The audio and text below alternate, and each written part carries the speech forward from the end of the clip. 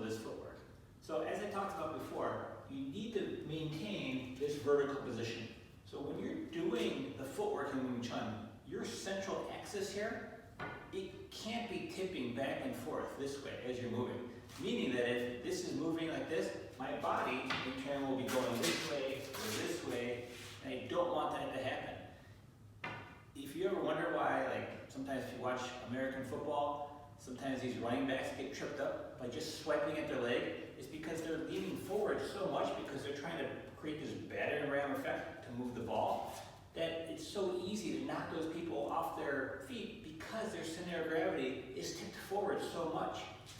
So in Wing Chun, the mentality is, if I don't have my center of gravity under my complete control, anything I do with my arms, legs, otherwise, is going to be ineffective to useless.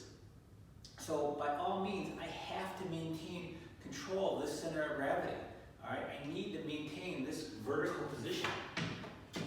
So what we're learning to do through Ichikema is create this vertical position by slightly bending the knees, hip, roll forward, not pushed forward, and keeping my back straight. And if I'm able to do that, now I've created this wall effect by having my body in a vertical position.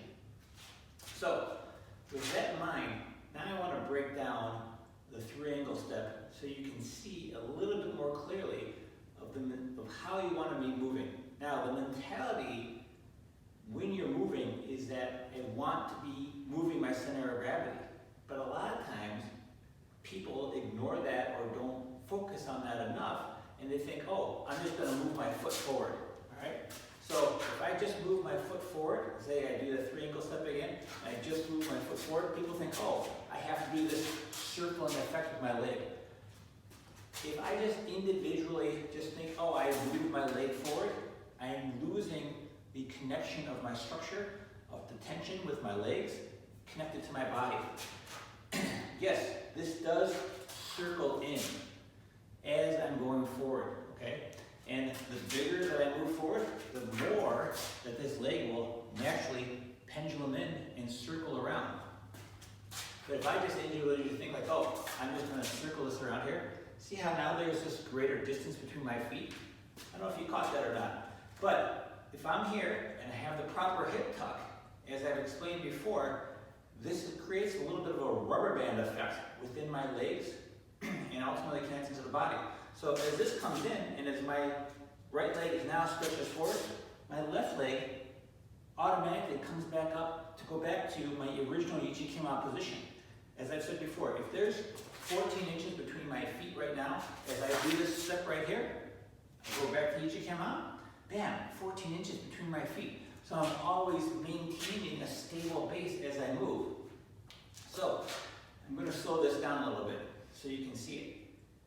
When I move my right leg forward to do the three-angle step, all right, you're going to now see my body, my center of gravity here, my vertical axis, if you will. All right, this is going, watch how, as I maintain the center here, all right, as this comes around, now this goes back forward. All right, so what does that mean? That means my center of gravity is actually doing, my center of gravity is actually doing the work and is being maintained when I'm circling here. All right, so now by doing that, when I engage whatever I'm engaging, I will have the vertical support with my arms. Meaning that my body is now backing up my arms at all times if I'm able to do that. Thinking, oh, my center of gravity is moving, my vertical axis is moving forward. And if I do it a little faster, the move is a lot smaller. All right? But if you think, oh, my leg is just stepping forward, or my leg has to create this circle motion, if I do that, you're probably not having the correct tension behind the legs that you want them to. I need to have that proper tension so that that base always stretches and comes back to its original position.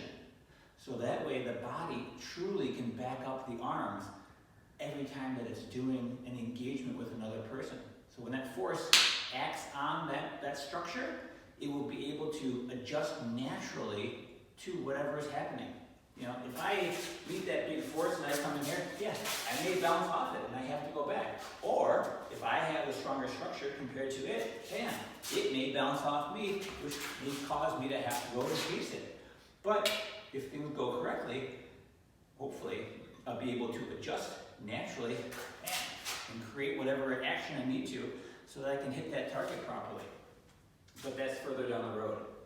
So think about that. When you're doing the footwork now, that I've given you that 16 footwork that you can practice, think more, how is my center of gravity actually maintaining itself and being under my control the whole time? Even when I'm shifting, right? I shift, I don't want to be shifting back and forth this way.